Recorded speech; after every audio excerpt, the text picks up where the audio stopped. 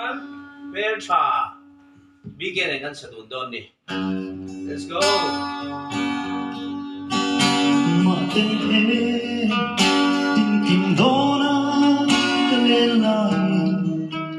Chuyện lâu sắc minh Hmeltha cao tông xe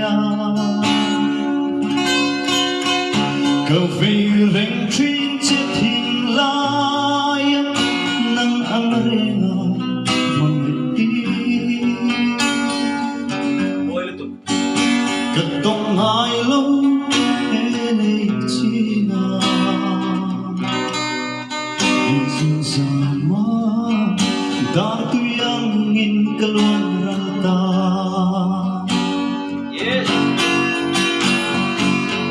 Khơi lắm là lúc nghe môi nghỉ lên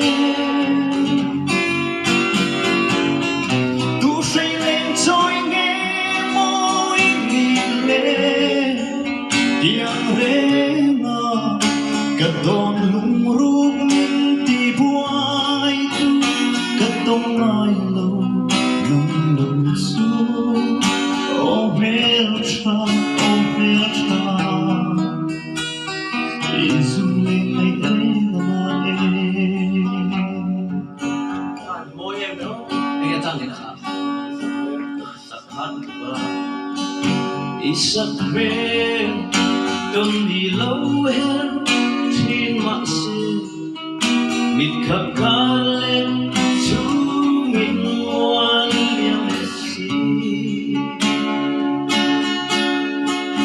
ipan mo'y nahihintay lungay na may damdaman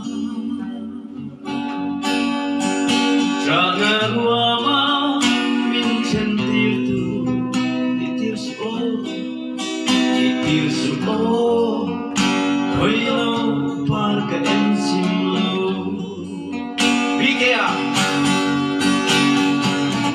hoy lang lang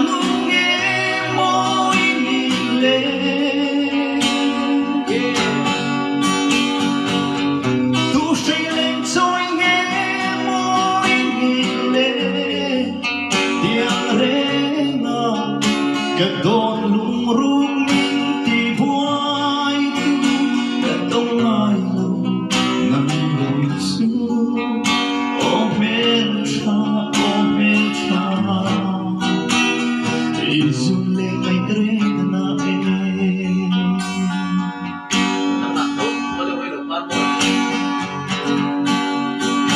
ole hoi lâu par mỗi năm tôn lệ ni tu lâu her xoak lệ quay sẽ gắn chút thăng vàng sự tình cả lấy rong lu bel isak mel môi lệ isak rua Môi em. mang ngày na lung chim tê in hoy lâu par mo du tên ca của anh chê hoy lắm là nụ nghe môi nghỉ lên tu say lên trôi nghe môi nghỉ lên tiếng rê ngà cả đòn lung rung ti buai tu cả tông ai lâu nằm lùi xuống Hmeltha izum lên ngày lên lại